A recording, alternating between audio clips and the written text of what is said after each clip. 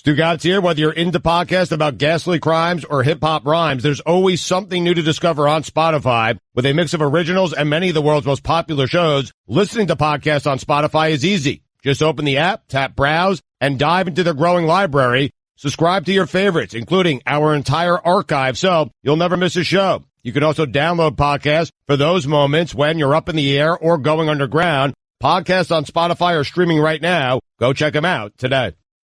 Check out ESPN Films' newly released 30 for 30 podcasts. From the producers of our award-winning documentary series, this is an amazing collection of sports stories you need to hear to believe. Speaking of amazing, Delta Airlines and the Fly Delta app make your travel experience amazingly easy with real-time bag tracking, e-boarding, and passport scanning during check-in. And don't forget to download 30 for 30 podcasts to fill your flight with stories that will keep you coming back for more. This is the best of the Dan Batard Show with the Stugotz podcast. Mina Kimes in with us, ESPN, the magazine senior writer. We got a hot story right here. Like, this is a legitimately good story. It is not every day that you get the dynasty of your lifetime that has seemed to have had more success, more secrets, more privacy than anyone we've ever seen in sports, that they're kicking a Tom Brady's doctor off the plane and it's Belichick doing it. Like, that is, yep, right? Like, that one feels, woo! Not just off the plane, out of their entire facility. I'm saying, like, what is happening? This doctor who's not a doctor, who's been around Brady for a long time. Brady's doing things that no quarterback's ever done at that age. Gronk's been using him lately. Gronk's having a really healthy season. He hasn't had one of those in a while. And now they want the doctor out of there. Woo! And it's Belichick saying, get out of here. And that feels like, get out of here, because I don't know what's coming. I don't know what's coming attached to you. Get out of here. And for people who aren't familiar with the doctor and the history, he's had a lot of controversy over the years. I think he claimed that he could cure cancer at some point, right? And maybe was rebuked by the FDA. Maybe not that he could cure cancer, but that his regimen or his products. This is a dicey person. That's not a controversial thing to say. And Brady's been in bed with, not only has Brady been in bed with him, this doctor, Guerrero, treats most of the Patriots players, according to this story. The majority of them are involved with him now. This story is not nearly as interesting as is many times the case with the Patriots, if it's not the Patriots involved in it, but it couldn't be more interesting because they're the one team. It's a salary cap sport. It's equality all over the place. They're the one team where you're like, what do they know? What do they have that no one else has? Seattle's window looks like it's closing. Like, what do they have that they could stay there for 15 years? They've got a doctor that nobody else has that is questionable. Well, not only that, when you really want to kind of minimize the story, this particular player, how is he able to do things? He has this trainer, and he's able to do things at the age of 40 that no one in the history of the NFL has been able to do. It is such a fascinating space to reside in, because if you believe in Western medicine, if you don't believe this is a kook, if you're not believing in science, if you believe that in the idea of holistically making, if they have medical advantages in that sport that aren't cheating, things that they're doing holistically, because whatever, Tom Brady can remember plays because he has a lot of ginkgo biloba, sort of flowing through his system.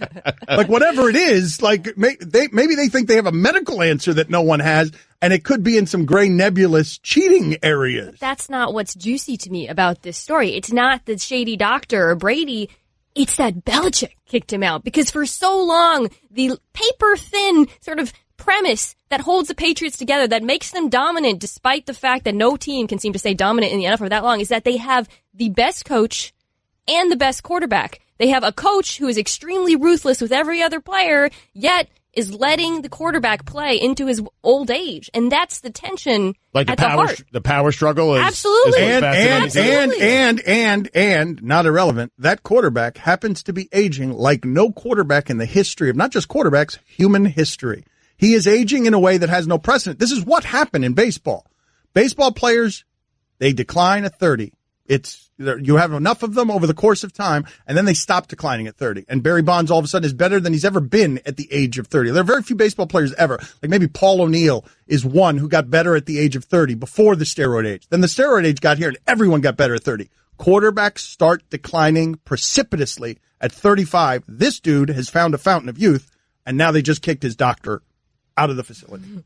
And it's the coach who did it. The coach. And their relationship is super interesting because Tom Brady, even though he's a superstar, is subservient to Belichick. So when Wes Welker gets traded, Tom Brady's not happy about it. And Michael Holley wrote a book about Belichick, and the idea, Brady is very much a soldier for a general, even though he's a superstar. It's not the way LeBron behaves. Sure. And so to have the doctor have different rules for Brady with a doctor than anyone else had, like that doesn't sound like something that's in Belichick's comfort zone. And yet, to go again to this power dynamic and who's really running the show and the Patriots and who has more control, this team traded away a young quarterback who is crushing it right now in San Francisco, who many Patriots fans probably wish was still in New England, because they've got a guy who, yes, he continues to defy the aging curve, but he's going to go off at some point. Whose decision was that? You know what, though? But what's, to me, the most interesting part of that, excuse me for a second, Stugotz, the most interesting part of that is the idea of the ego in that, which is Belichick has good reason to believe, given that Brady's a 6th-round pick, that Brissett's playing in the league, and the Garoppolo's playing in the league. Belichick's ego is such, he's been being told for a long time that he can do this, that he can do it with anybody. Meaning you got 11 wins with Matt Castle. We're assuming that Belichick wanted Garoppolo out, by the way, and that it wasn't Kraft and it wasn't Brady, and I think that's a big assumption. I do. But why now? That's, like, for me, that's the question. Why now? This trainer's been around Tom Brady and the Patriots for a while. Well, that's why. That's why we're talking about it. I know. Like, that's not only why now. Mina's right on it with this. This isn't the league stepping in. This isn't Kraft stepping in. This is a report by the Boston Globe that Belichick wanted this guy out of the facility. And the question, it begs it. Why? And Belichick is going to be the person who is least equipped. He's got more information than anybody, and is less likely to give it to you than anybody roaming the earth. There are people in comas who are going to give you more information about this story than Bill Belichick is. This is so juicy. Right? There's so many levels to this, too. I mean, Belichick and Brady, it's like a celebrity couple that's been together for 20 years, and you keep waiting for something to happen. You keep waiting for someone to slip up, a photo. You keep waiting for them to break up, or, the DMs. Nothing's happened. I cannot stress how crazy that is. We're always debating who's more responsible for the success, who's making the decisions in New England. Nothing's happened. This is like a tiny fissure. Yes. Well, one of the things that I find interesting, Mina's happy because she's so excited. Yeah, because her Seahawks are falling apart. Wow. Right. Completely tangential. Takes away attention from them. Right over to the Not Patriots. attention from them. She saw how quickly it can evaporate. And it's confusing that the Patriots have been there for 20 years. Yes, the Seahawks. Yeah, all their defensive players are aging. They just got blown out by the Rams. But the Patriots have a shady doctor. Let's talk about the shady doctor. I mean, shady doctors. Honestly, we need more of them in sports. Right? Put it on the poll, Guillermo. They're all down here in Miami. Yeah, they all are down here. Look, A-Rod survived it. This is one of the interesting psychological, I love, more than sports itself, I love just sort of the relationship stuff that presents itself. And it's some of the stuff that Mina's interested in here. But Stugotz, it's funny, or I don't know if it's funny. Tom Brady, if I say to you, leadership, you think Tom Brady. You think Tom Brady. Sure. Or a lot of people do. Yeah. And one of the things that's funny about that is when it comes to Belichick, he's clearly a follower. And when in what we assume of his marriage, we also believe that he's a follower there. Tom Brady is kind of a guy who is willing to follow the leadership of others. And on this one, how is that one going over with Tom Brady? What happened here? How is that one going over? Hey, Tom, all these things, you do commercials for all this weird food. Right. These things that you believe in. How do you know, what does Tom Brady know and what does Bill Belichick know? This whole season is a commercial for Tom Brady's health plan. That it is an advertising campaign. He is a walking billboard for his own ideology. And now his coach is striking him at the heart of that. You don't think he's upset about this? You don't think this is causing some drama in their relationship? Maybe it'll cost him the Super Bowl. I wonder what happens if Brady says, I wonder what happens. It's so hopeful. I wonder what happens if Brady goes back to Belichick and says, no, he's getting on the team playing with me, and he's keeping his office, and he's staying right here, and he's working on, what are you going to do about it? That's the reason. This is the reason that I say that Brady's a follower. I think it's important. I don't think Brady's coming after Belichick that way. He might be angry, but it's not going to be, he's not going to go, well, look, we'd all love to see it. Yes. We've never seen it. Brady has to go in front of the press today before another Super Bowl run and has to go before the press explaining why it is that he's okay with his coach banning the team doctor. How do you even handle that from a PR standpoint?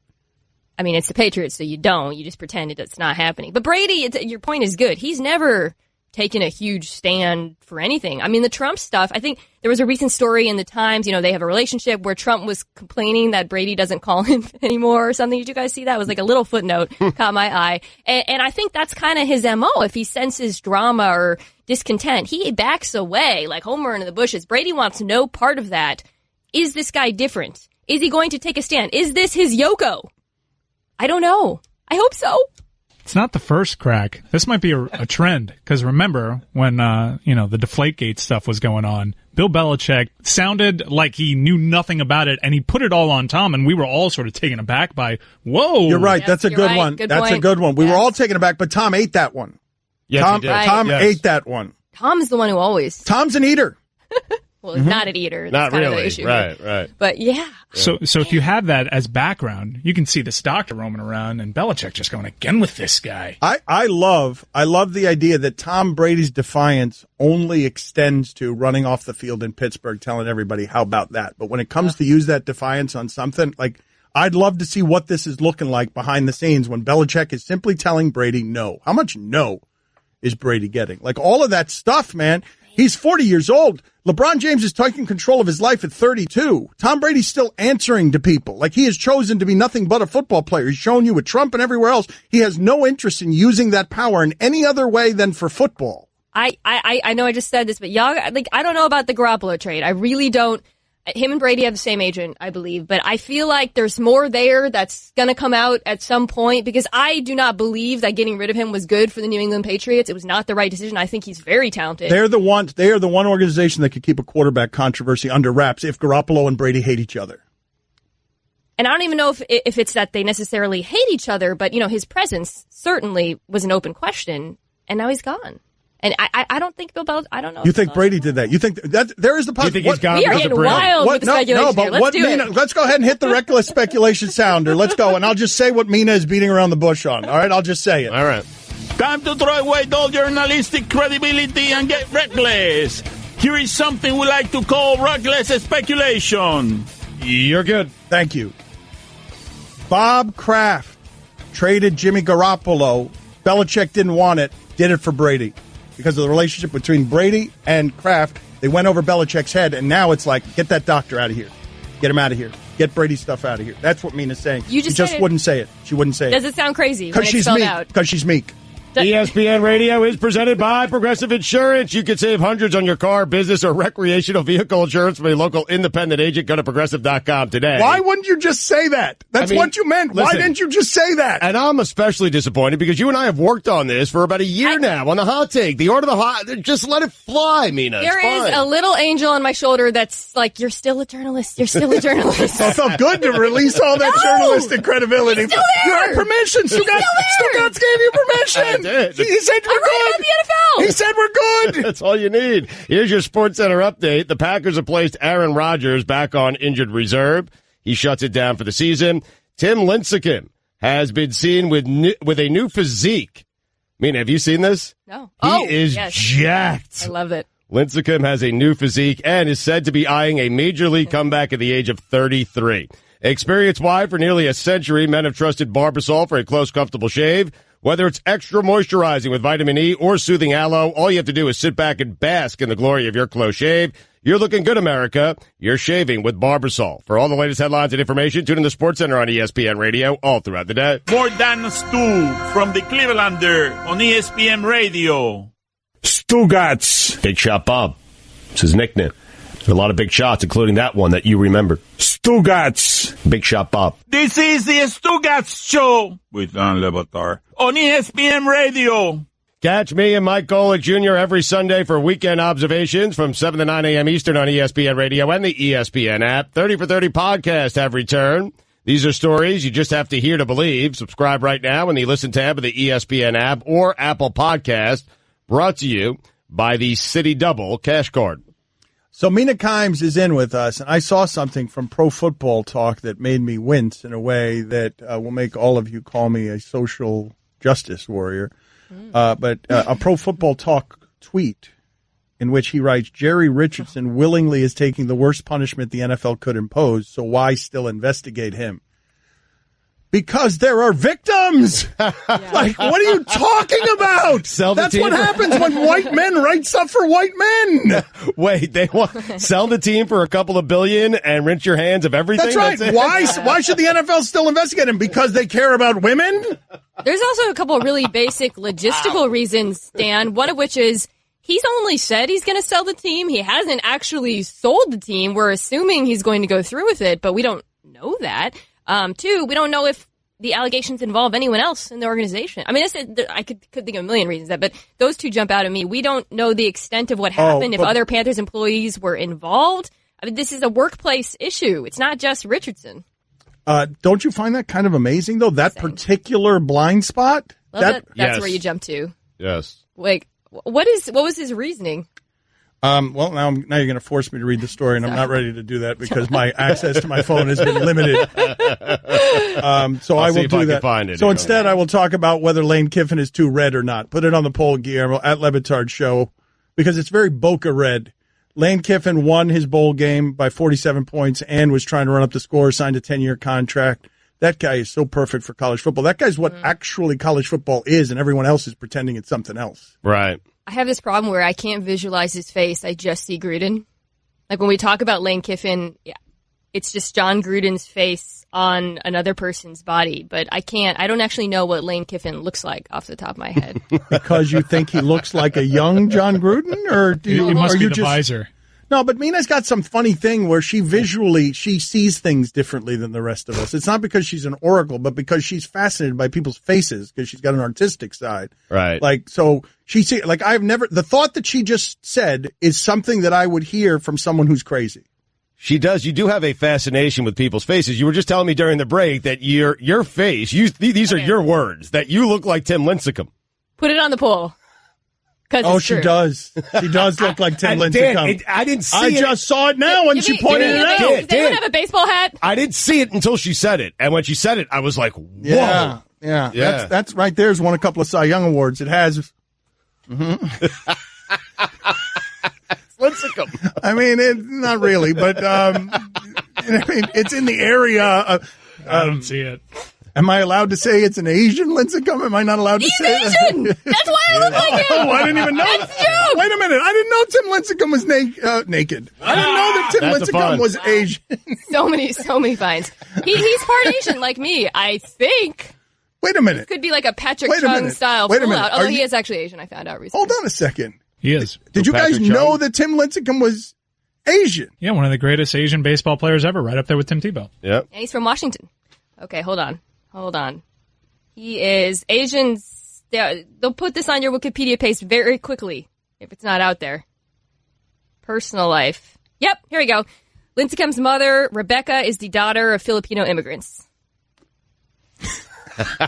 We should end the segment on Mina doing an explosion with her hands, and that only we could hear. Yes. Well, that part was problematic. Yes, this is a visual thing, but Tim Lincecum. It's funny that you mentioned him because a photo of him went viral yesterday all over social media. He is jacked right now. Yes, totally ripped. The context I was telling Stugotz, I'm unhappy with him being jacked because he looks less like me. Right. Right, but he does look like somebody who's been spending time with Tom Brady's doctor. The man wants more money. Tom Brady's doctor who's not a doctor. That's one of the things I love so much. Like, the Patriots have had uncommon, inexplicable success. Their quarterback has had uncommon, inexplicable success. They have a mysterious doctor around them. I give you those facts to a jury. Guilty after no deliberation. We've been treating Gronk, who's suddenly healthy. Well, he's earned a degree in traditional Chinese medicine from a now defunct university. I mean, really. But you understand, like, this is funny when it happened with baseball, right? When it happened with baseball, we all sort of slapped our heads and like, of course they were using steroids. Brady Anderson was suddenly hitting 50 home runs in a season. It was obvious. Mark McGwire had it in his locker.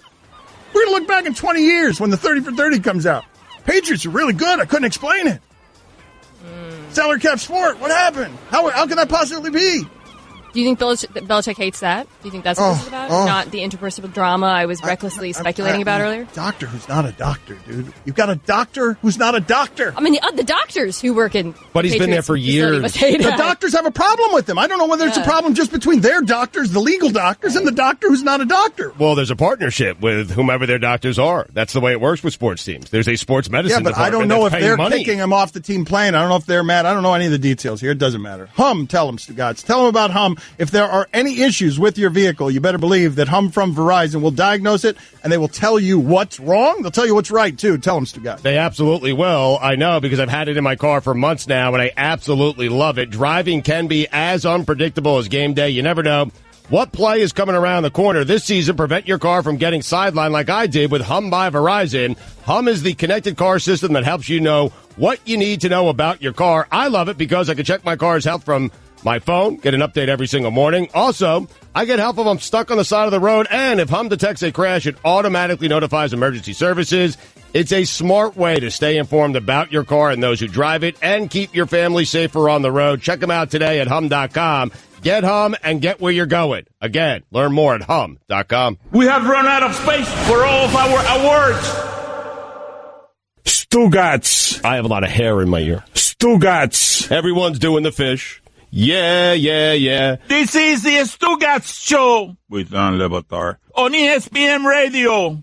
ESPN Radio is presented by Progressive Insurance. Guest on the Dan le Batard Show. Appear via the Shell Pennzoil Performance Line. Get instant gold status at Shell. Join the Fuel Rewards program now at fuelrewards.com/gold. Chris Sims going to be there in a half hour, 11 a.m. Eastern. What number are we on?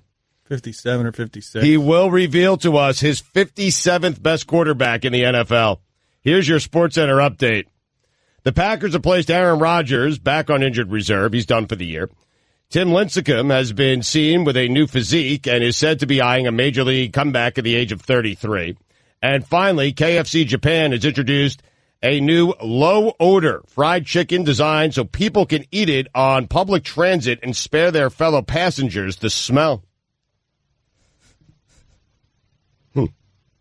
Smooth plays call for smooth bourbon. Larceny Bourbon is made with more wheat for a smoother taste. Our master distillers hand-select only the finest barrels for a true small-batch bourbon.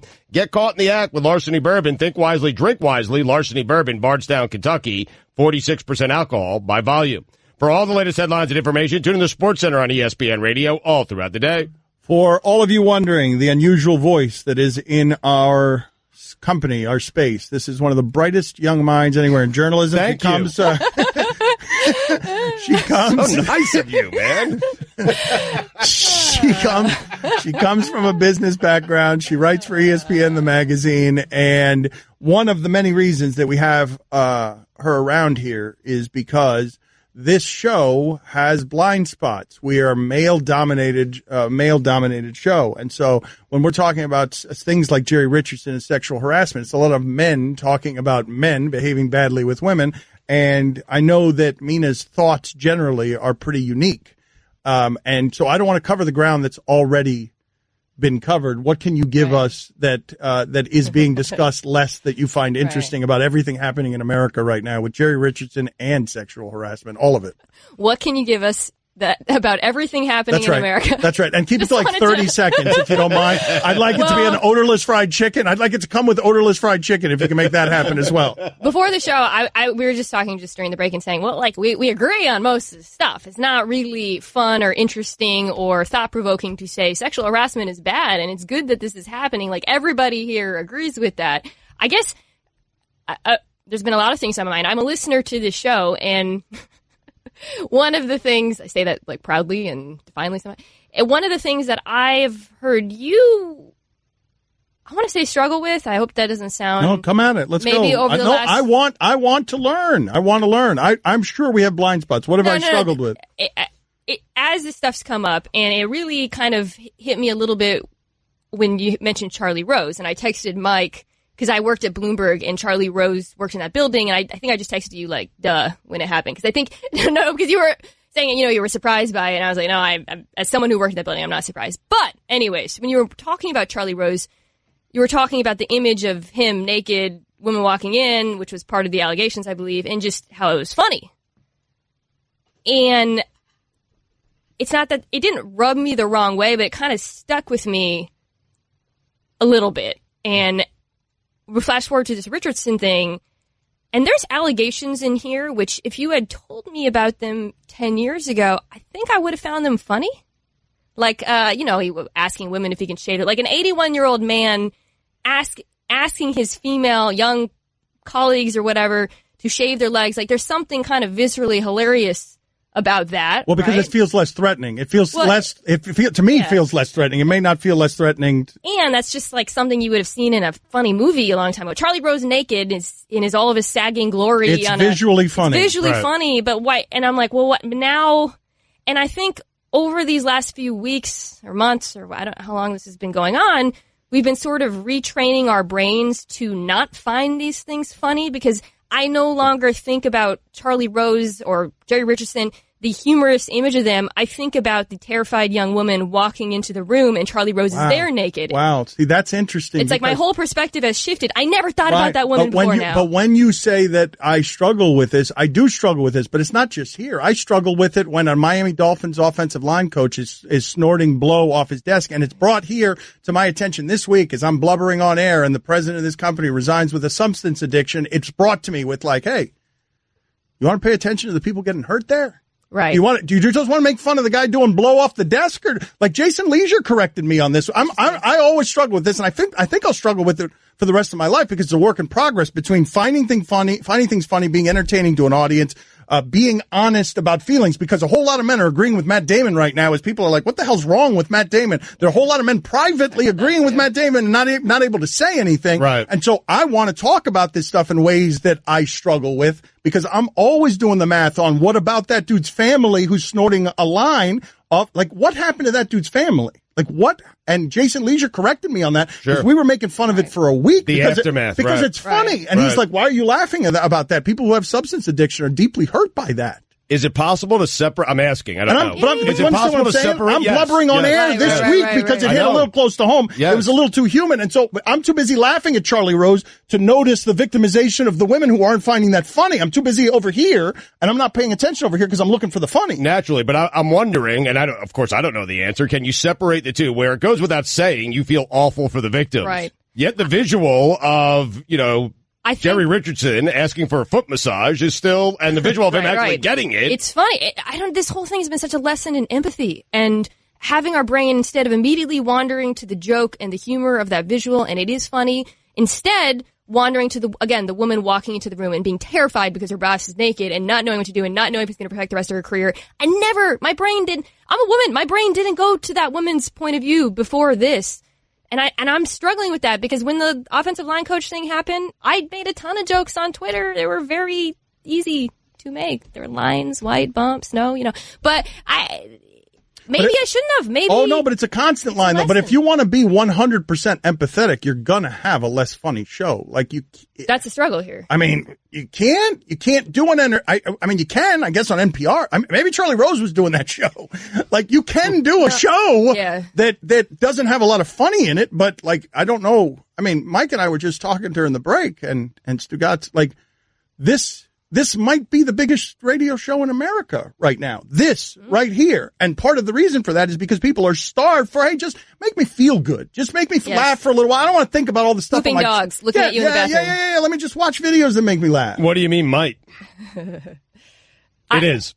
I think that the line we have to draw. Okay, so where can we find humor in things? Okay, but now we got to do it. Hold on, we got to do it right now, because you got to talk seriously, and he's got to brag about our radio show. So let's do it right now in real time. You take the serious stuff, because you just cut Stugotz off and you ruined our radio show with the serious stuff, because he had a riff coming. On how great this radio show is, and you stepped on it with something that's legitimate. But let's give you the floor first on legitimate, serious, sobering point. I know we laugh also about him.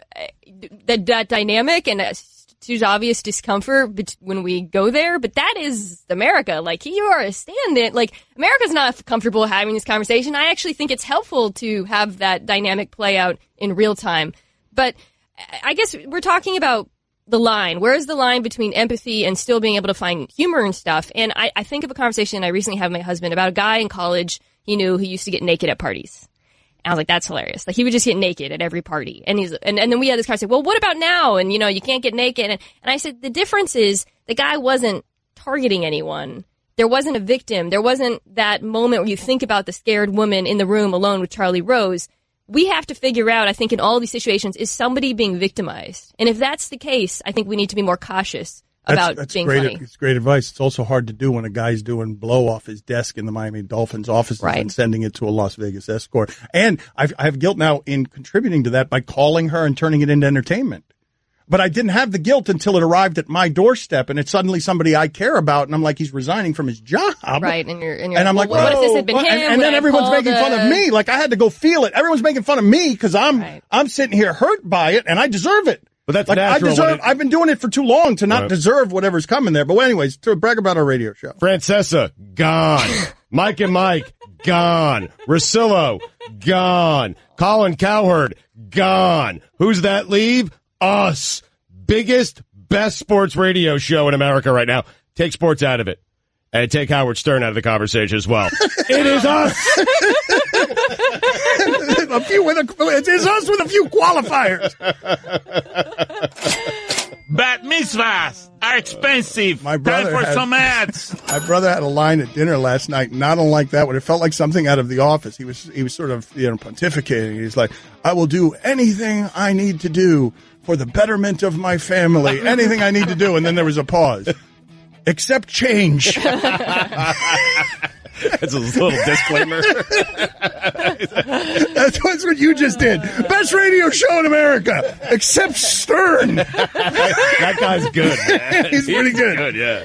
If there are any issues with your vehicle, better believe that Hum from Verizon will diagnose it and tell you what is wrong. Tell them, Stugotz. Oh, I'm reading the wrong one. I'm sorry. That's my bad. That's all right. Start over again. Yeah, it's a major fine. We'll take care of it afterwards, but we're on 1-800-FLOWERS. 1-800-FLOWERS. That's my bad. 1-800-FLOWERS. If you make a mistake like that, and you have to apologize to people because you're an idiot, 1-800-FLOWERS is where you go. Tell them, Stugotz. Yeah, it's $40. Right now, when you order the beautifully crafted holiday flower tree, you'll get 20% off. That's a hand-designed 1-800-FLOWERS holiday flower tree, and you get it right now, 20% off. It's a great deal. The holiday flower tree is elegantly designed with fragrant greenery, roses, mini carnations, and a merry red bow on top, making it a truly one-of-a-kind gift. Perfect for spreading joy in your own home or in the homes of your friends and family just in time for Christmas. 1-800-FLOWERS works with premier farms around the world to ensure you get the best flowers available for the best price possible.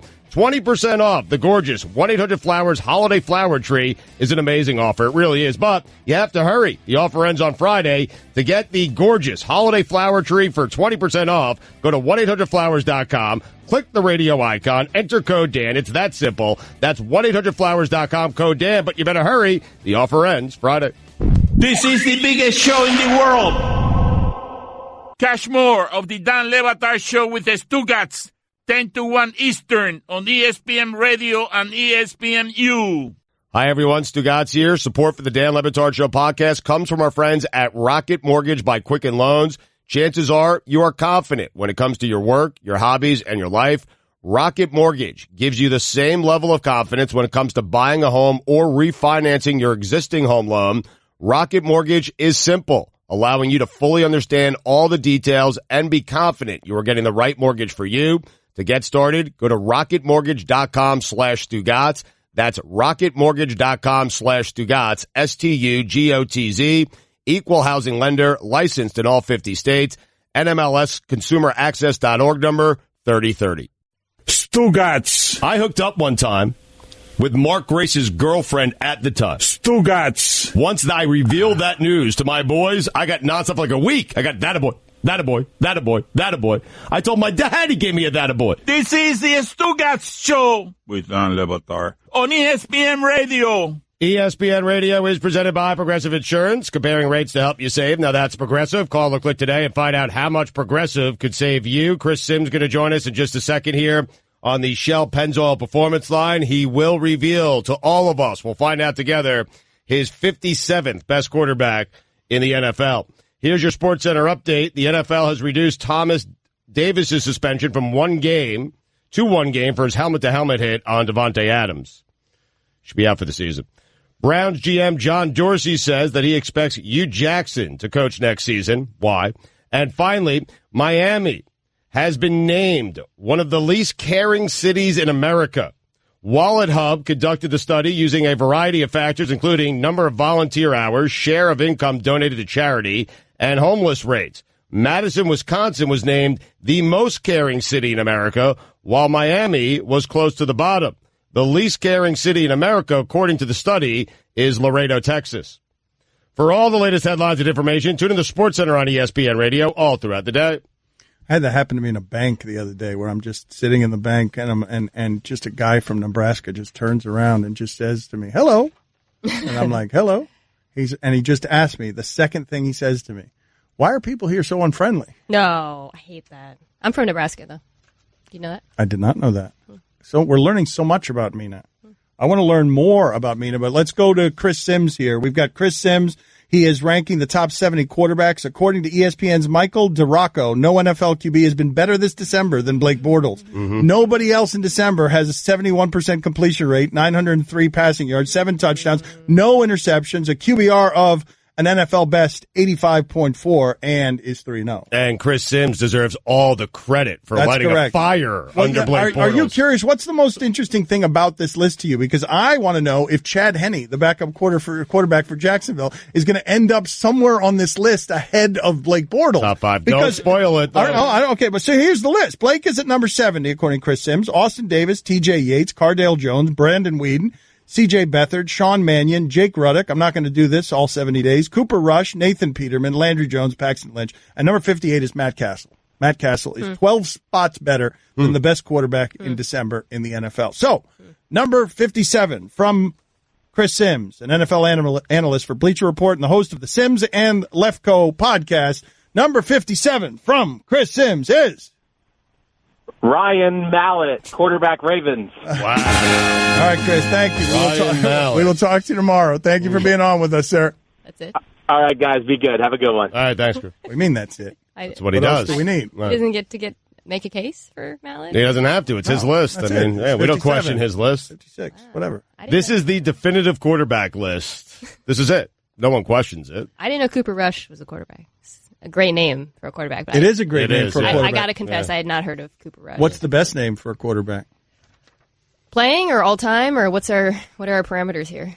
Why are you asking follow-up questions? No, it's an important follow-up. It is. Are you talking about active quarterbacks or all time? No. What I'm talking about is the greatest name. She didn't know that Cooper Rush was a quarterback. It might have been an actor. That Cooper Rush sounds like a quarterback. The greatest name of all time for me is Johnny Utah. It's not even. You just chose a name. That's correct. Yeah, Johnny Utah. Yeah, Cooper Rush is actually a better name for running back. Yeah.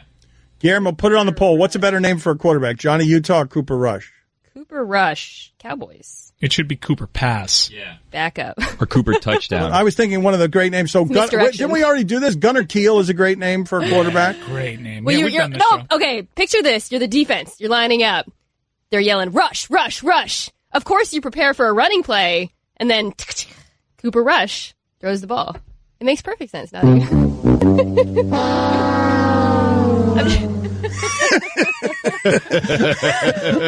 just saying the irony could work in his favor. Is that the day Bow Bow? I'm surprised that Cooper Rush hasn't taken that advantage and taken it all the way to the top of the sport with Tom Brady's mysterious doctor. Like Cooper Pass is too predictable. How is it that every time that the defense thinks it's going to be a rush, they actually pass? This magician back there, Cooper Rush. The face Mike just made of me. It's going to take me a long time to get over. Guillermo, tell me about your evening with Jeter. Oh, what a night. What a night. This Marlins, man. Oh, you want me to go over everything that happened? I mean, 2 pages of notes. Well, what are the things when you left there? What did you call your friends and tell them? Like, what were the highlights? You want to know what happened actually as I was walking out? You know these rumors that Derek Jeter has gift bags, right? That he gives to conquests of his. You got one. He didn't give you a gift bag. You got a gift bag? Oh, get out! This is handed to people leaving. You got a gift bag from Derek Jeter after he made sweet, sweet love to you. Oh. Well, sort of. What's in there? It's like trail mix, like pretzels, Cracker Jacks, peanuts. Discount food. Yeah. Coupons. Probably old. Probably something they found in one of the closets I was gonna say, it's of better one of the than luminaries they fired. they Hey, got. look, this looks like it's Tony Perez's. Let's give it to somebody. Mike, did you have him bringing them over from the Yankees? They're totally regifting their holiday stuff. Like, somebody sent something for Andre Dawson. What do we do with it? Give it to the 4 season ticket holders who have come to meet Jeter. This definitely was from like a giant tub, and someone stuck in like a dirty hand and just put it in these bags. Wow, Guillermo got a gift bag. Yep. He also took pictures with people. I did not take a picture with him. Did you want to? No. No, he hates Jeter. I'm not for sale. Doesn't sound like it. Nice. So why Yeah. did you go? I went because I wanted to watch the world burn, and it did not. I wanted it to be kind of a total disaster. Oh, everyone yelling at him? Yeah, I wanted pitchforks and fire, and that's not what I got. Why didn't you lead that? Is it because you're meek? Well, no, because it was intended for season ticket holders, and I was there as a member of the media. No, but see, this is the thing. No, this is what I think we need to be doing as a radio show now that we are clearly established as the #1 radio show in all of the world's history except for Howard Stern. Correct. I want to start going to that. Like, I don't know why we didn't. You're too meek to do this, but I would have liked for you to go to that press conference and set the fire yourself. I would have liked for the fire to be started. Now, we didn't talk about any of this. I should have told you. But the idea, that's what Stern does, isn't it? He sends his producers to go make a mess of stuff that people are taking too seriously. There were rules I was trying to follow. I would have done it. You would not have. I would have done it. Please consider that when you're going to the poll in which Billy is inexplicably being deemed less meek than me. I would have done it. I would have done it if we were closer to my house. What would you say, Billy, if you were face to face with him and you could say whatever you want? What would be your one sentence? Well, I would have asked why Michael Hill is still working there. Like, I would have asked why he has a job. It's such a good question. Because he kept deferring every trade question. He's like, oh, Michael Hill will handle that. Why does the former general manager of the Marlins still work for you when you fired everybody else? But he wasn't even on the stage. He wasn't even taking questions. So Michael Hill will not answer that. He came at the end and he kind of like gave like an overview of, we value these prospects better than everyone else. And it's like, well, you don't know what you're doing. Like, we're being told that this team was not built properly. You built this team. So why are you still here? Is the gift bag good? Is it stale? Is it stale? Delicious. Is it delicious? It's fresh. It's better than it seemed to. Really? Yeah. It's Really better. good. Really. Caramel corn. You guys are really and there's enjoying some M&Ms in there. You notice that? I did not. You didn't notice the M&Ms. There are only a couple hard questions. Never mind. Cancel Manfred. I just want to eat Jeter's delightful snacks. My journalism has been bought for 4 M&Ms. Mike, get me a 3XL shirt. There are only a couple hard questions. Lots of odd complaints, like there's bad Wi-Fi, you don't show replays, the radio delay is too long, I can't listen. Like, there's things like that. There was people thanking him for being there and taking the time. Like, it was kind of weird. Like, everyone wanted to be his friend. Well, that's the wrong thing. Like, that's the wrong place to achieve some of the stuff that you want to achieve. Because the people who are attending that sad event, right, on a Tuesday night, they're in. It doesn't matter who owns the team. There couldn't have been many of them, though. How many? What's their big... But whoever's there is in. Meet the baseball legend, Drew. How many season ticket holders? I would say around 150 or so. That's I think pathetic. there's 200 that That's were invited. pathetic. Like no town in America would do that number. That's how spoiled everything. But they were invited. It wasn't open to whoever wanted to That's all they've attend. got. No, that's not invited. That's a free bar. Like that had extras. That team doesn't have season ticket holders. That's part of the problem. It's why they're losing money all over the place. Well, it was an open bar. There was like Coke or water if you wanted that, but there's no. No, but they didn't want anyone drinking there. Get out of here. That's true. There was like 3 angry people. They didn't let you videotape anything in case things got ugly, but they didn't. It was pretty respectful, which I was disappointed about. There was people complaining about things like the ushers let fans sit wherever they want, and my tickets aren't valuable. Some other guy came up and said that all the tickets should be free to anyone who wants next season because that'll bring fans back, which isn't like a crazy idea because you can make money back in concessions, I guess. And then there'll be more people at the games if they're not charging admission. Wait a minute. That's actually not a terrible idea. I'm going to ask Manfred about that. Make the games free. Make the games free. If you're going to make us do this for a couple of years, make all the games free. Make it something more fun than what it's going to be. You think he's going to call the new owners and say, listen, you spent $1.2 billion. Rob Manfred's going to make this call? First year on It doesn't matter. They don't have any fans anyway. Like they're going to have that whether they want it or not. What they're going to get from ticket sales next year isn't going to run their business in any way. If they made every game free, would they sell out? No, man. No. Free baseball. Stugotz, everyone in this town is furious. Anyone who cares about baseball in this town is furious about baseball. Yeah, but people, you could be furious. You love free stuff. People love free stuff, man.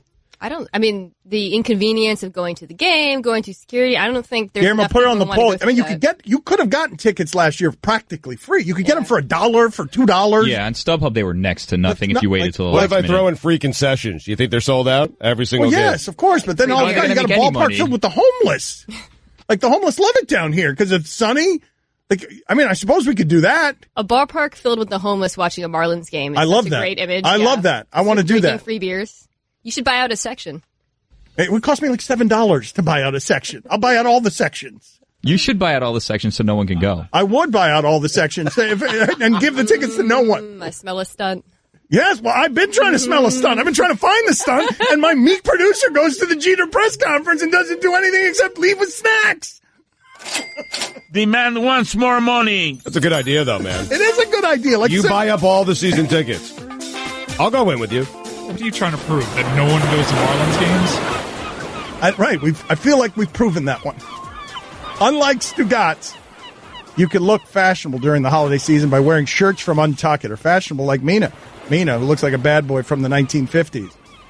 Just because my shirt sleeves are rolled up. Untuck It is where you go, Stugotz. Tell them more. Yep, I love these shirts. I have several of them in my closet. They're fantastic. I hate tucking in my shirt, and Untuck It has taken care of that problem for me. I love wearing my shirts untucked, but the problem was my old dress shirts, they were too big. If I took them out, if I untucked them, they were too big, too baggy. They were hanging down to my knees. And again, problem solved with our friends at Untuck It. I love this company. I love their ideas. They have the perfect shirts designed at the perfect length. Not too long, not too short. Untuck It makes shirts for you to wear untucked. Shirts so well made, GQ calls them perfection. Incredible comfort and fantastic style come together in one amazing shirt. Patterns form casual to semi-formal for men, and now women too. See the new holiday styles today at untuckit.com. It's a great holiday gift. Use promo code Stugotz, STUGOTZ, for 20% off. Untuckit.com, promo code Stugotz for 20% off. Check them out today. It's untuckit.com. This show is bigger than Elvis. Stugotz. I speak for the people, Dan, on behalf of the people, on behalf of the 305, the 954, the 754, and the 561. It's my town. Stugotz. The 786, too. Oh, yeah. This is the Stugotz Show with Dan Batard on ESPN Radio. Get in touch with the show anytime through the 1-800-Flowers Twitter feed at Le Batard Show, at Stugotz790, at Mina Kimes. It is time for Straight Talk, brought to you by Straight Talk Wireless. Best phones, best networks, no contracts. So during the break, Mina Kimes and Stugotz were talking, and Mina's a business person, and Mina is also sort of very savvy about how to push everyone's buttons around here already. It's a little disturbing. And so during the break, she was riling Stugotz up by suggesting a business opportunity at ESPN where Stugotz, Mike, how do you feel about this? ESPN does some of this. They have broadcasting coaches. They have some speech coaches, a take coach where someone is thinking that they have a take and it needs a little spice. So they go to the take coach. Because Mina's doing, or a take consultant. I like take coach. I've always wanted to be a coach. But Mina is doing HQ with you all week, and she read me one of the questions of the rundown, and I helped her kind of sculpt her hot take a little bit. That's all. Just gave her a little advice here and there. So what I'm saying is, everyone who works at ESPN, I have no problem making money off of all of you. When you get your rundown, send them all over to me, and I will send you back what your take should be, and you just have to wire me money. It's that easy. Wire you money. To kind of go back in the process of what happened. So I was reading aloud, asking you questions. You gave me an idea for it was about Lane Kiffin. I don't think we need to beat around the bush. You'll hear a Frankenstein combination of our takes on HQ later today. But so you kind of gave me an idea. I said, that's really good. I asked you a follow-up question. You said, I stopped there. I didn't actually know that much more about it, so you kind of tapped out. Well, the money didn't hit the account yet, so. Yeah, if you want the good stuff, you got to pay for it. It's like those gambling services. They'll give you a couple of freebies, but to get the sure locks. That's how you should do it. I give you a little tease. Give me a little bit of a tease of the take. Yeah. I mean, we joke about you being my, take consultant, but I actually do text Stugotz my hottest takes with pride. Can you confirm that? You'll get a text. She does. Yes, she really does. She'll send them to me.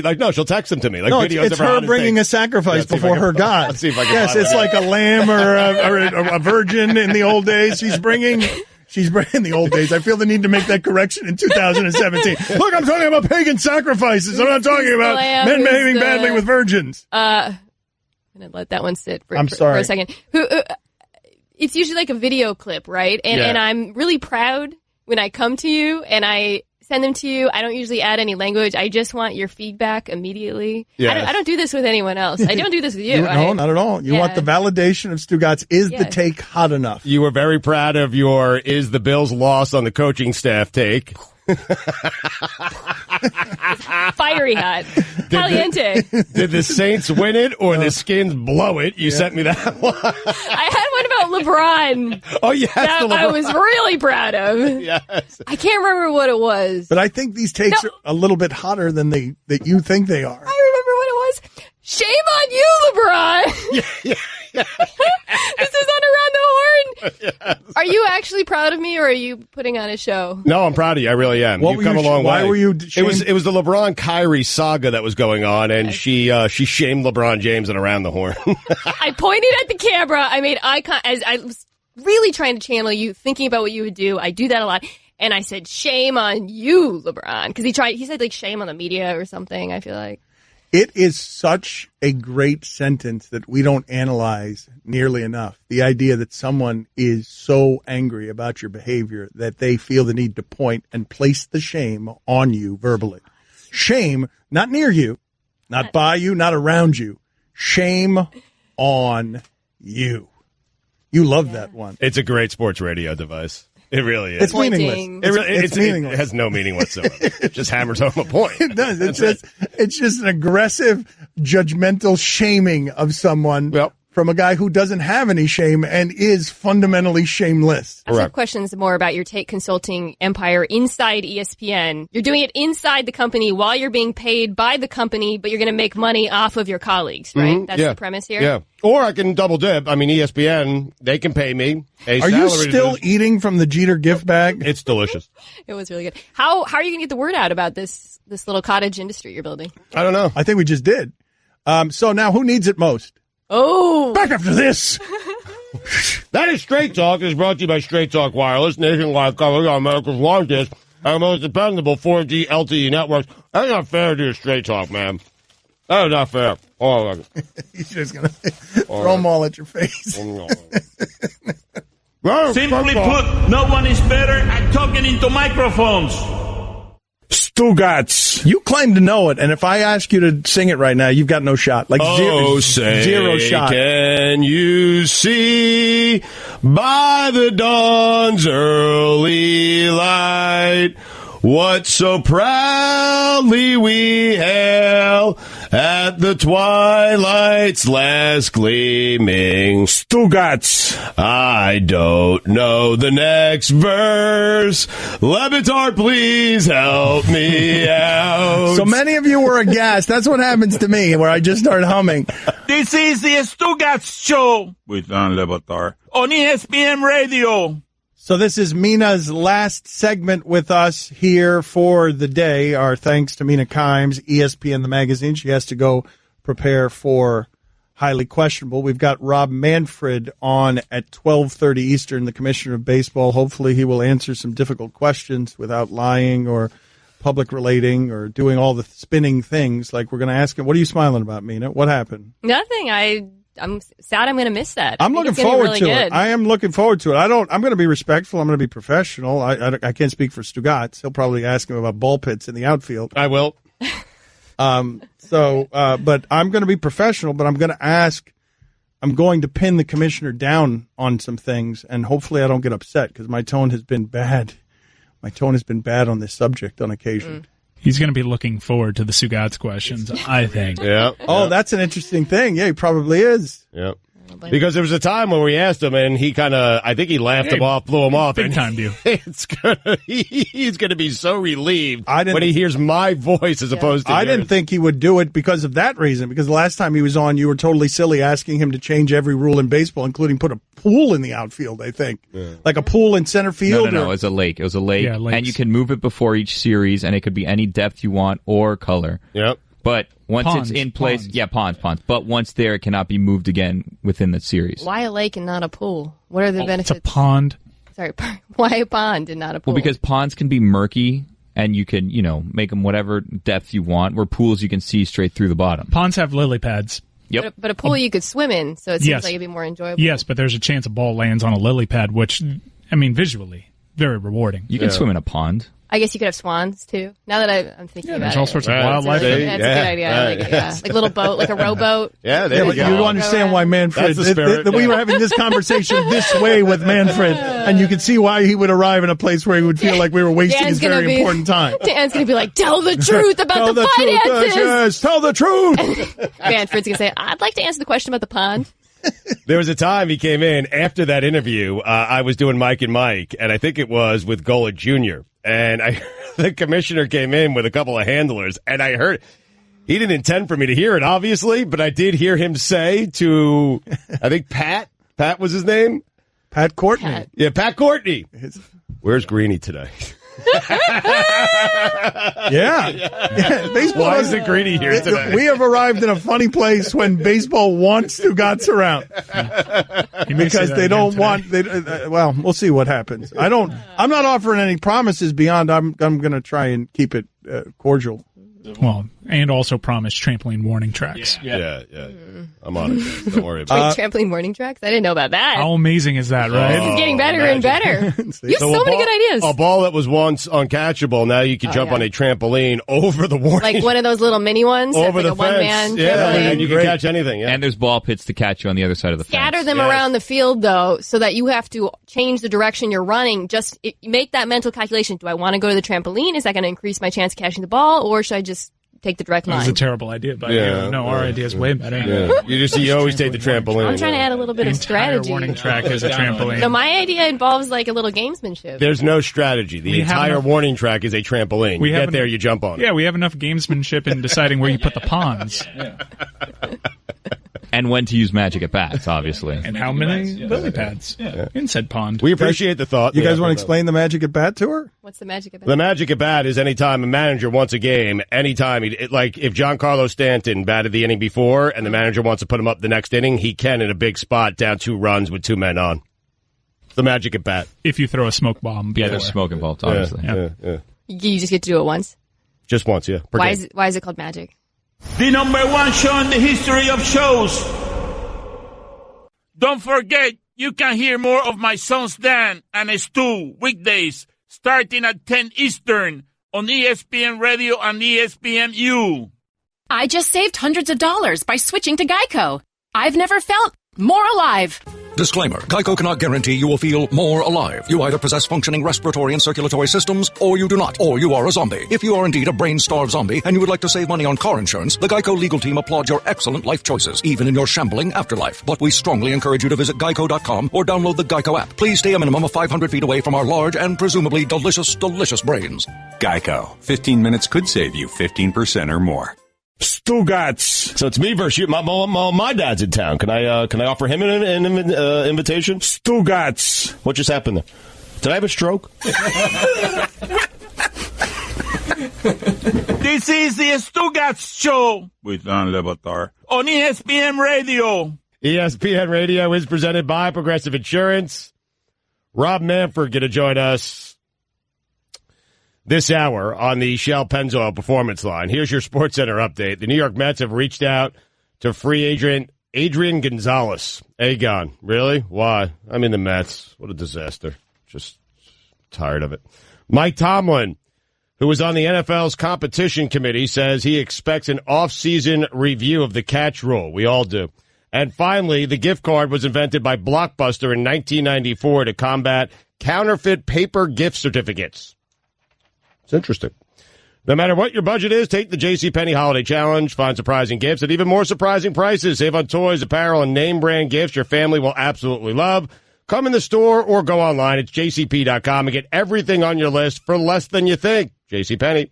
For all the latest headlines and information, tune in to SportsCenter on ESPN Radio all throughout the day. So I do not want to overpromise and underdeliver, but the commissioner of baseball is coming on in 1/2 hour, and I have some difficult questions for him because South Florida has been screwed by baseball and left a gift basket. And So I'm going to talk to him about that. We're going to talk to him about that in a half hour. We're going to see how it goes. I have no idea. Maybe he embarrasses me. Maybe he's so good that I'm the one who ends up looking like an idiot. That's possible. But I just do want to ask questions that aren't the easy ones that these guys always get. South Florida got bleeped here. The country doesn't care about it, and this show does. So that's where we are. All right. My money's on you, man.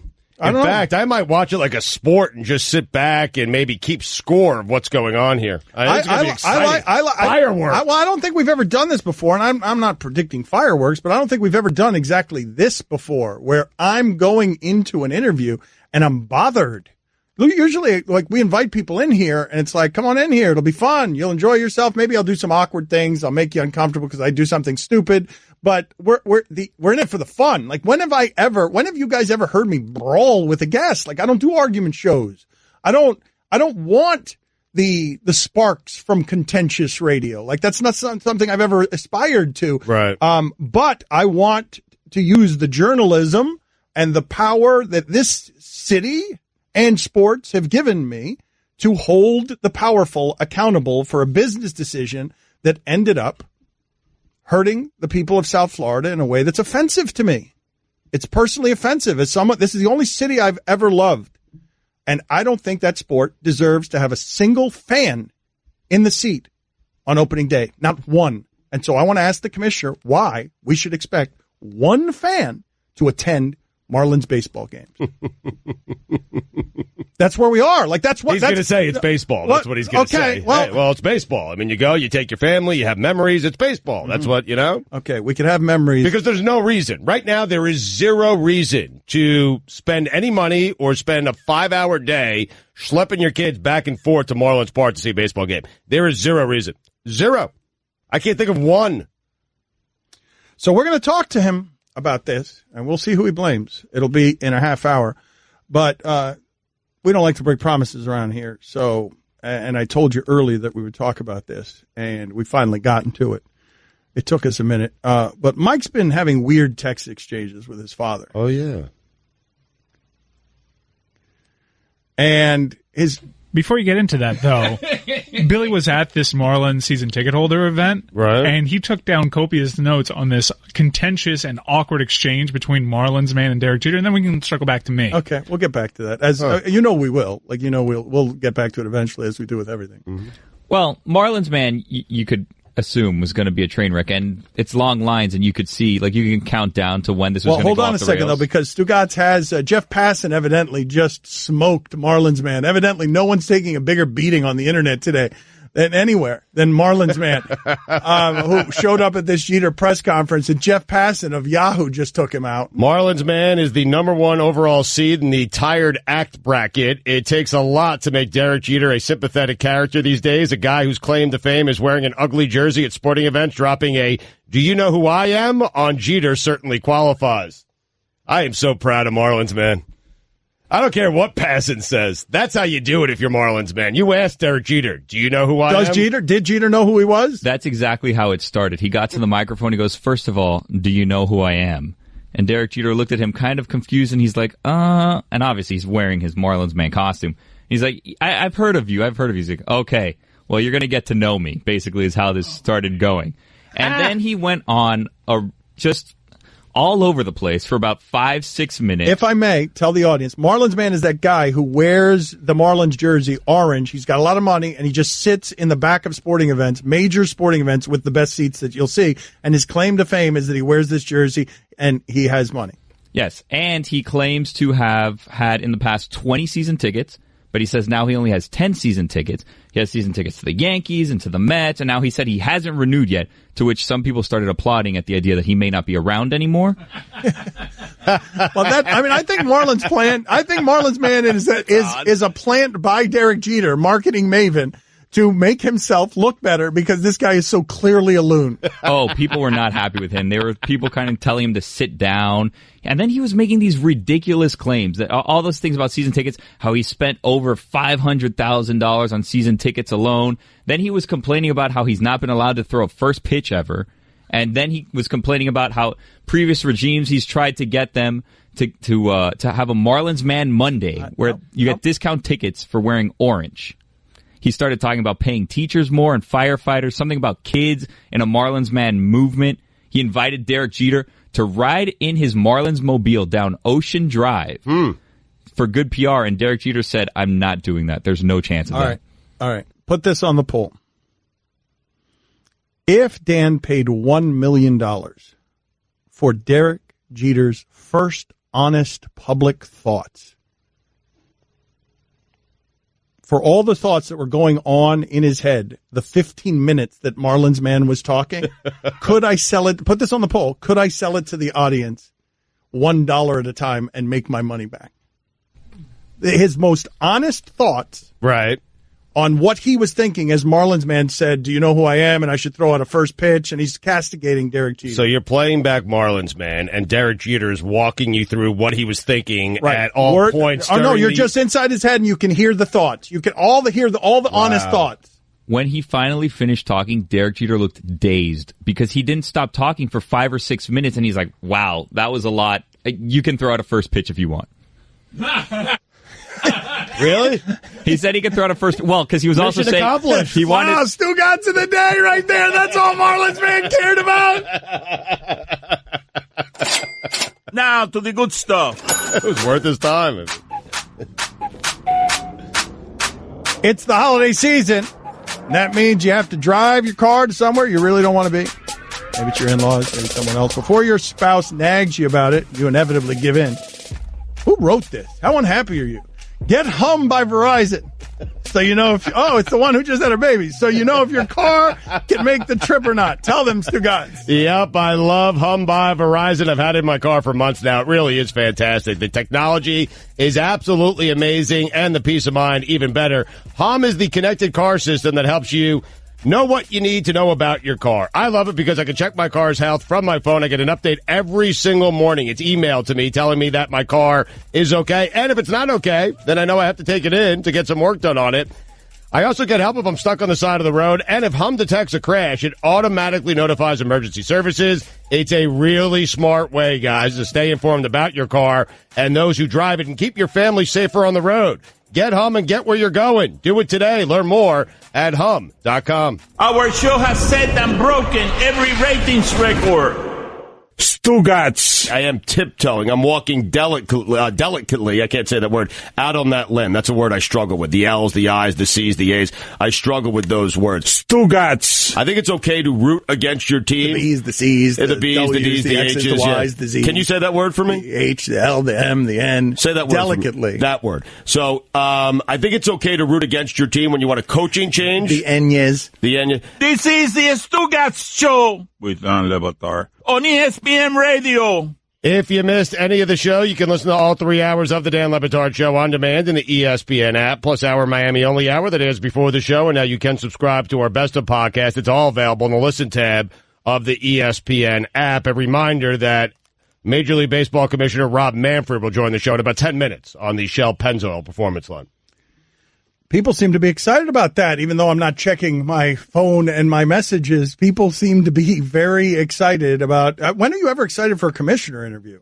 I don't know, but people are excited for this particular one. People are like bracing themselves. They have planned their day around this. I'm telling you, I'm seeing the text and the tweets. You're not. I like to reduce expectations so that you can exceed them. It makes life easier. So I don't know what's going to happen here. Rob Manfred, the commissioner of baseball, is very polished. Yep. And these guys in these roles can get on the radio and they can handle themselves deftly. You almost can't get that job unless you can, which is one of the surprising things about Roger Goodell in general.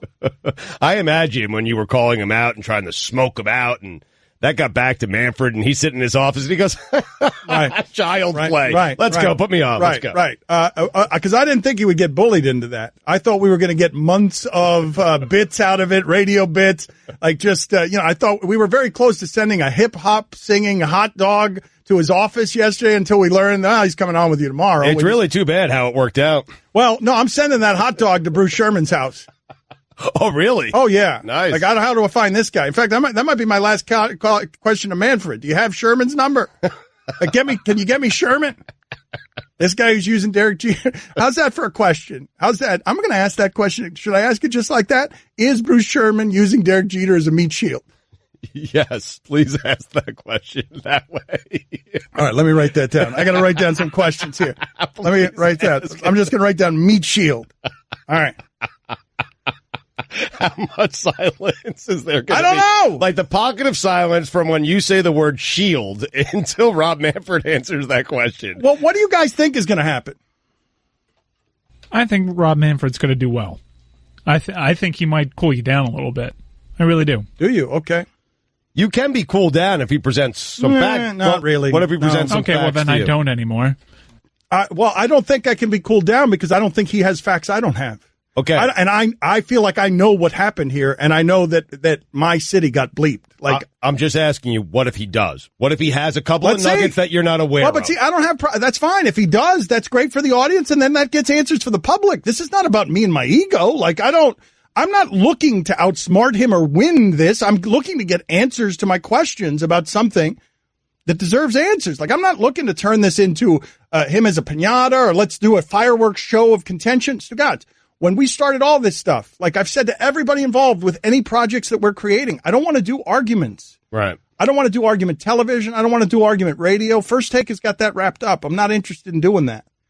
So I'm not interested in embarrassing Rob Manfred. I'm interested in asking him difficult questions and hearing what his answers are and being able to spot. I don't know, Mike, if you could add anything to this, like a sound underneath or something, when you can smell the BS. Like be able, maybe, is there anything I can do when I smell the BS? Those aren't the sounds. Those aren't the sounds? No. What? No. All right, can we get me a sound in here that when you smell the BS? I mean, do you really want us to do that? Let's give him an opportunity here, and then can we decipher as it's going on, as you push it? I don't think we need a funny sound. I'm headed into this thinking it's going to be a heavyweight bout.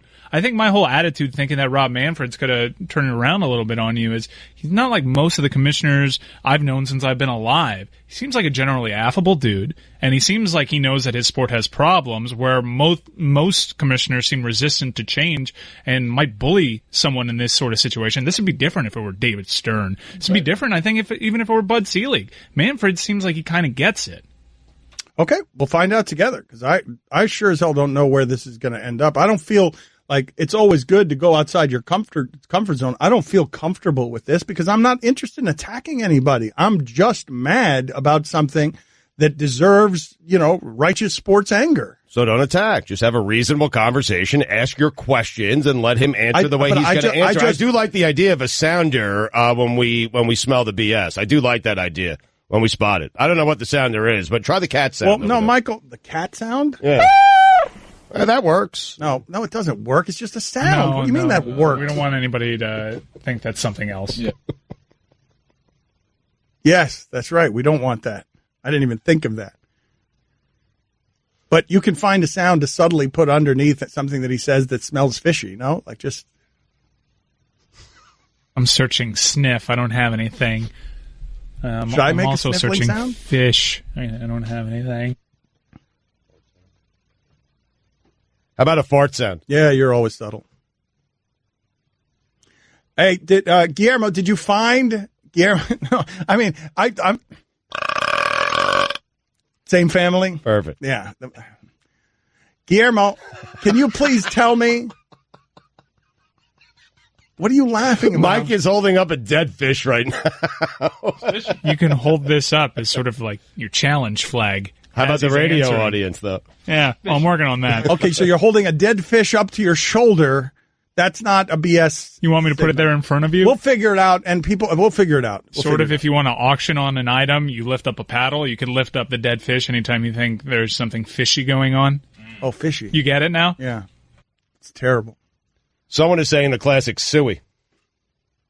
Well, we've been doing that one for years. For those of you who are new to the gathering around here, Kobe Bryant had a rap song. I think it had some Italian in it many years ago. We put it before the godfather of booty music in Miami, Luther Campbell, a man who has run hip-hop in Miami for a long time. And he called that rap sewage, worse than hot garbage. It was. Suey! We haven't broken that out in a while. When an interview goes bad or when an interview stinks and we know it stinks and we want to let the audience know it stinks, you will sometimes hear 4, 5, 6 minutes in this. Suey! I miss that. I miss it too. What do you think about this? That's a nostalgia, man. That was probably 15 years ago. Yeah. Oh, that's pretty That's good. That's good. It could be subtle enough. If it's low, it's just our audience gets it, and it won't throw Manfred off. And he won't take it disrespectfully, right? If he can't tell what's going on. Yeah, sniffles. I would say that or a fart set. So, Guillermo, what did you find in the fart archives that you were looking at before as we tried to examine the various controversies in sports? Chris Collinsworth, we don't have this sound nationally. Chris Collinsworth is alleged to have farted during the Sunday night telecast in a way that people heard.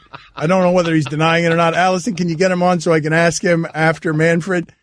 And also, we've already done this with Mike Ditka. I'm sure, remember that's probably the only time the show has been legitimately contentious with a guest, when it was accusing Mike Ditka of farting on the set of Sunday Night Countdown. What an odd thing to get contentious. Susie, I was from Philly, but they got rid of me, so I'm going with the Giants. Well, let's see, if the Giants win, they're in first. I mean, we were accusing Boomer. We weren't sure. Then we accused, but we still don't have an answer to what happened there. Ditka never confirmed it. He just came at us and yelled at us and then told us to knock it off. And announced in a way that surprised no one, and is also probably true, that if he had done it, he'd be telling everybody. Been mine, I would have claimed him. Plus, you would have smelled it. Rob Manfred next. If sex were a show, that would be us. Stugotz. I just don't want to think when I think about sports. I just want to enjoy them. I want to watch them for what they am. Pure entertainment. That's it. That's all it is to me. You just said for what they am? I think I did. Sure, we'll hear that in the Sueys next year. Stugotz. It's time once again to hear another success story. Jesus, we have two. Did I just say success? I suck. This is the Stugotz Show with Dan Le Batard on ESPN Radio.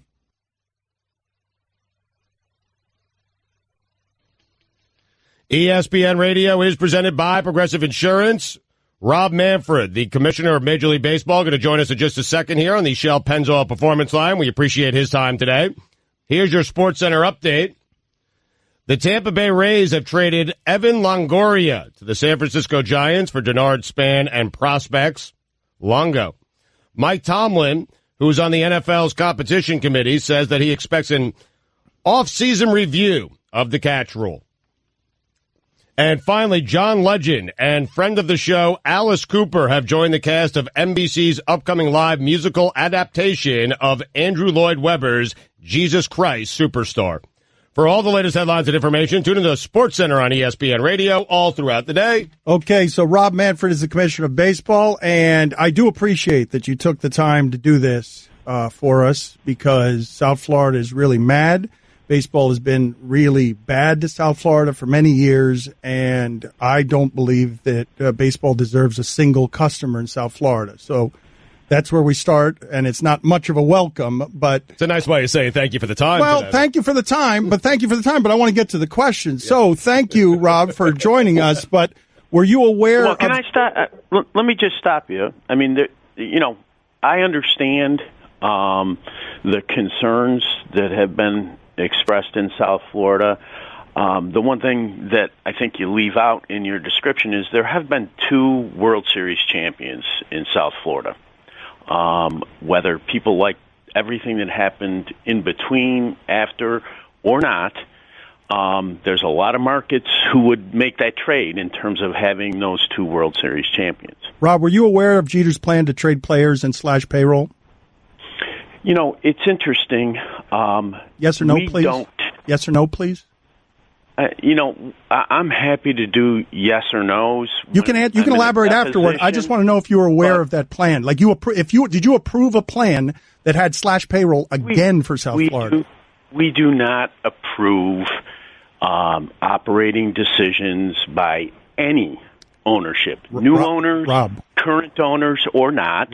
And as a result, the answer to that question is no. I'm not going to be deposed like this is some adversary thing. You want to ask me questions, I'll answer them the way that I want to answer them. Okay, but if that's not fine. good enough, we can move on. No, that's fine. I'll do it that way. But you can't come. You're coming on here and saying that you weren't aware of Jeter's plan to trade players and slash payroll. Like we're starting with a lie, Rob. Like that's where we're starting. Like you can't tell me you're not aware of that. And have you call me a liar?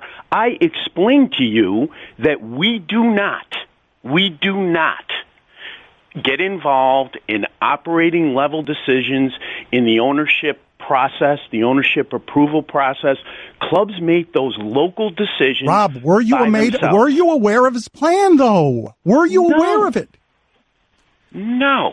We did not have player specific plans from the Miami Marlins or any other team we approve in the ownership process. Those are decisions that the individual owners make. And they do not have to be cleared with us or approved by us. Did every plan that end up on your desk from all the owners all have payroll slashing in them? Yes or no? Not individual players, payroll slashing to take care of the debt. Yes or no? The first payroll plan from the new ownership arrived here 2 days ago. Rob Manfred with us on ESPN Radio. Rob, is it normal when new owners are buying a team, Major League Baseball, is it normal for them to say, hey, here's the vision, here's what we're going to do, we're going to trade Stanton, we're going to slash payroll? Isn't that a normal practice? Like, correct us if we're wrong. Is that a normal practice? It sounds like this was a surprise to you, Rob, and it just seems that stretches credibility. Like, a surprise that Jeter was going to do this? Like, you know what the money is. You know how much Jeter has. You know the amount of money involved. Like, you know the dollar amounts. This is happening without that part doesn't make sense. What about that doesn't make sense? We don't approve, dictate, or necessarily ask clubs what they're going to do with respect to their individual operations. Those are local decisions that really are not part of the approval process. Are you aware that Jeter has an employment contract that pays him where he doesn't have to make cash calls, that he is going to be paid for profit? So again, you guys are going to end up in one of these situations where if he fails as a business, he can just keep cutting payroll. Are you aware that Jeter has that in his contract? I'm aware that Derek has an employment contract. Every individual provision in that contract, I couldn't tell you whether you're accurate or not right now. I did see the contract at the time of the approval, but I just can't recall the provision you're talking about. Why would you approve? Why would you know? Did you know that a dismantling was coming? Yes or no? No. Okay. We approved. Look, this is really simple. We approved a very well-funded group that made numerous presentations to us about their commitment to provide winning baseball in South Florida over the long haul. Okay? That's generally what we look for in the approval process. We don't get into, are you going to trade player X or player Y at a particular point in time, nor do we ask them to make a commitment as to what they're going to do with payroll before they've even got in and made an evaluation of their talent level, their ability to win with the people that they have there. That's just not how the ownership process works. Well, explain to us how it does work. Like, because you're the commissioner of baseball, one of your jobs is to get ownership consolidarity on whether they're going to approve somebody into your club. They approved Derek Jeter. You know how to get that solidarity. It's part of your job. So explain to me how it happened without you knowing it. Okay, let's try to actually get the facts correct, okay? They approved a group headed by Bruce Sherman. Okay, number one.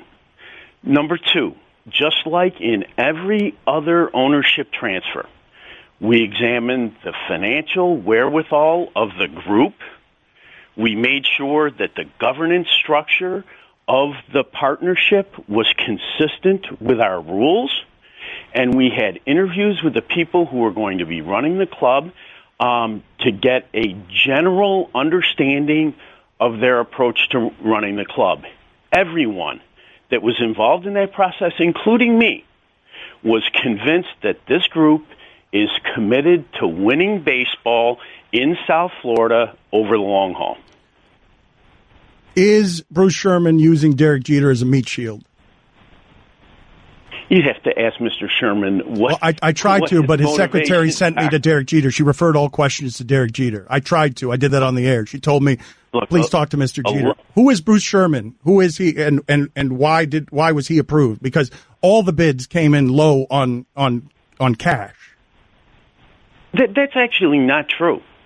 I mean, I know you keep saying these things on the radio, but you have no idea what the cash was in this deal. The fact of the matter is, this club, after the transaction, had the same amount of debt as it had pre-transaction, and the largest commitment of equity of any franchise in the history of Major League Baseball. But Rob, they have to the single largest commitment of equity ever in the history of the game. Well, I know that, Rob. I know that part. The reason I interrupt you is because I think you cared more about that $1.2 billion asking price than you did about the fans of South Florida.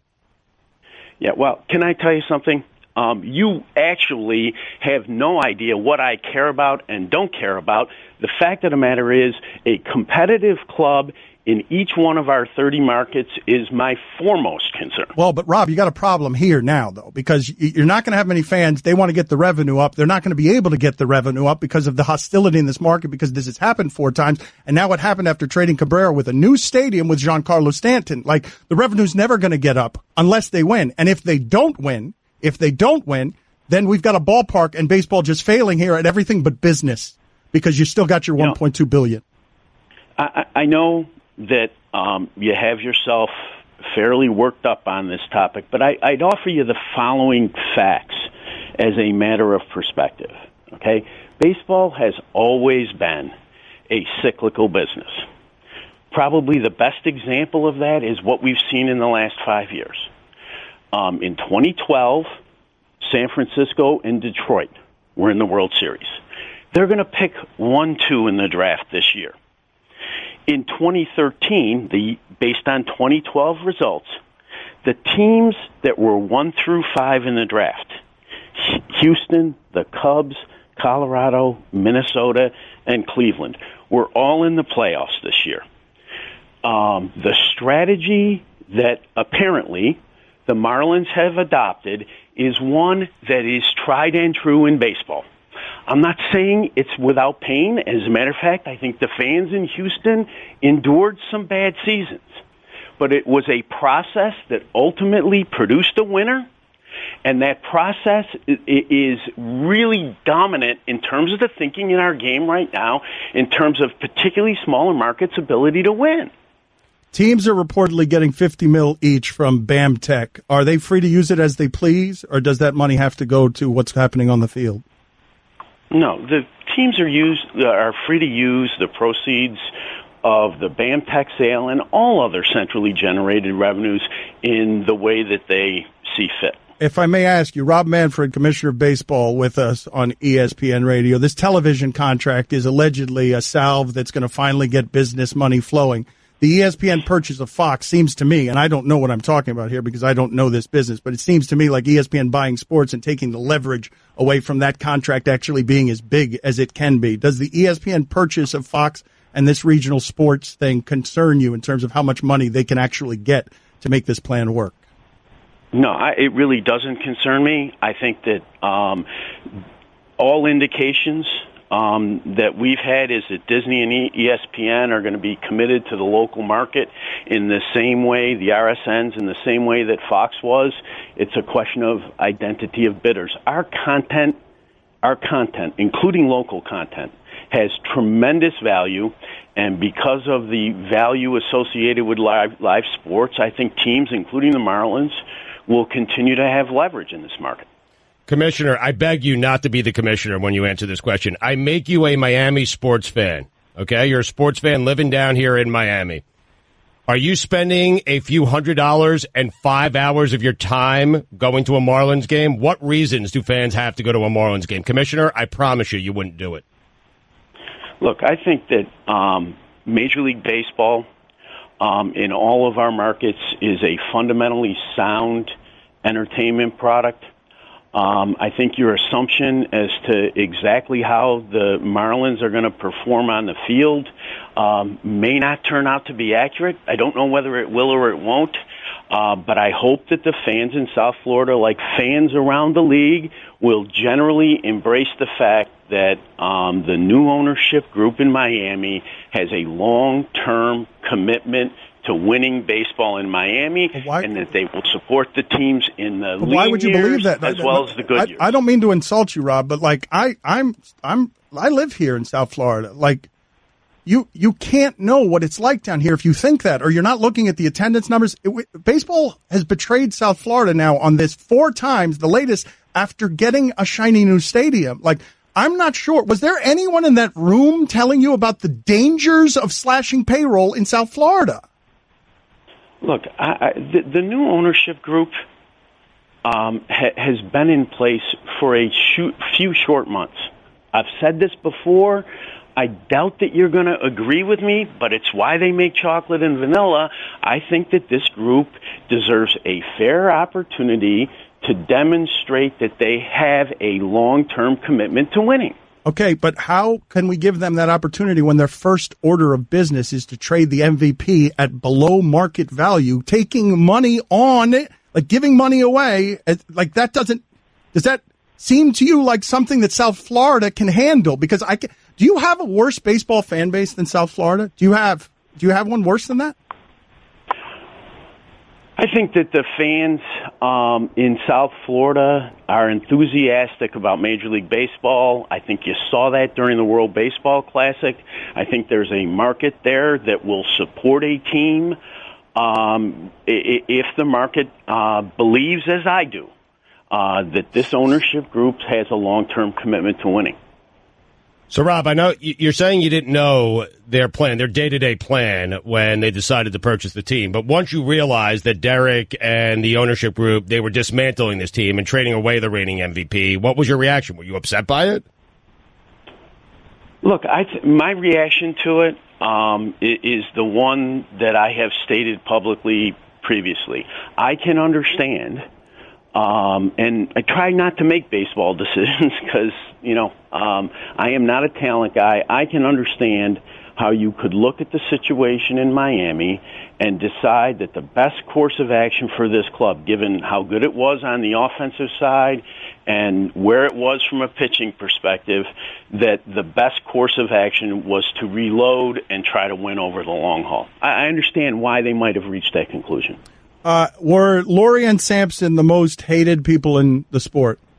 I'm not going to answer that question. Were you happy to see them leave? I'm not going to answer that question either. Why is Mike Hill still in charge? Is that anything to do with baseball? Mike Hill is still the general manager of the team. They cleaned everyone else out. Mike Hill is still in charge. Do you have anything to do with that? Major League Baseball has no control over the employment decisions that the Miami Marlins or any other club makes. Okay. Rob, thank you for the time. We appreciate it. We're out of time. Thank you for being on with us. I know that wasn't enjoyable for you. It wasn't enjoyable for me either, by the way. I'm not looking to use you to just celebrate myself. You've got a very angry South Florida fan base down here, and I get the impression that you just don't know how angry it is. Your impression, like a number of them, are incorrect. I actually spend a substantial amount of time in South Florida. I own a home in South Florida. I am fully aware of the reaction that the fan base has had. I am also aware of the fact that baseball is committed to making Major League Baseball a success in Florida, the entire state, south and north. But you can do that now because you got a stadium with taxpayer money. You do understand that portion of it, right? The 3 other dismantlings you can make an argument for, the very rational baseball argument that you're making. But we were told when Miguel Cabrera was traded that when they got a new taxpayer stadium, it wouldn't happen anymore. You understand that, though, right? Look, I think that is a broader statement of the commitment that was made in the stadium process. I don't think anybody ever committed that a particular player wasn't going to be traded in an effort to be competitive over the long haul. And look, our difference on this is pretty fundamental. You don't want to give this new ownership group a fair opportunity to demonstrate that, A, they have a plan and that plan is directed at winning. I believe that they have a plan. I believe that they are committed to winning, and, it's going to take some time to see who's right about it. All right, yeah, I don't. I believe they're committed to making money, and I believe you've made it very easy for them to make money whether they have fans or not. And I don't know that that's refutable. Let me be really clear about that. If you believe it's easy to make money in South Florida with Major League Baseball, you are really dramatically ill-informed. I know, but I don't understand. The stadium was supposed to. Yeah, Jeffrey Luria just made $1.2 million, and he bought in for $10 million. He made over $1 billion, Commissioner. All right, we got to go. I'm sorry, Commissioner. We're 10 minutes past time. Thank you I appreciate you being respectful. Thank you, sir. All right, bye. This is the Dan Lebatard Show on ESPN Radio. This is the Stugotz Show with Dan Lebatard on ESPN Radio. We went long with the Commissioner of Baseball, so we have not time for anything here, but I just want you to revisit the idea that the Commissioner of Baseball just told you that he sold a baseball team in a terrible market for $1.2 billion to a shortstop and didn't ask him what he was going to do. Like that's worse than what I thought happened. Right. If he's telling the truth is awful.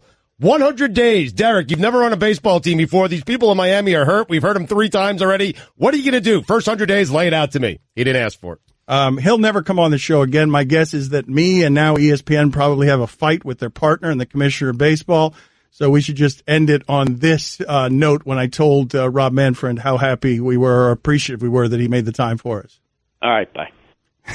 That bye is the most revealing thing he said in the entire interview. All right, bye. We will talk to you mañana. This was the Dan Lebatard Show on ESPN Radio.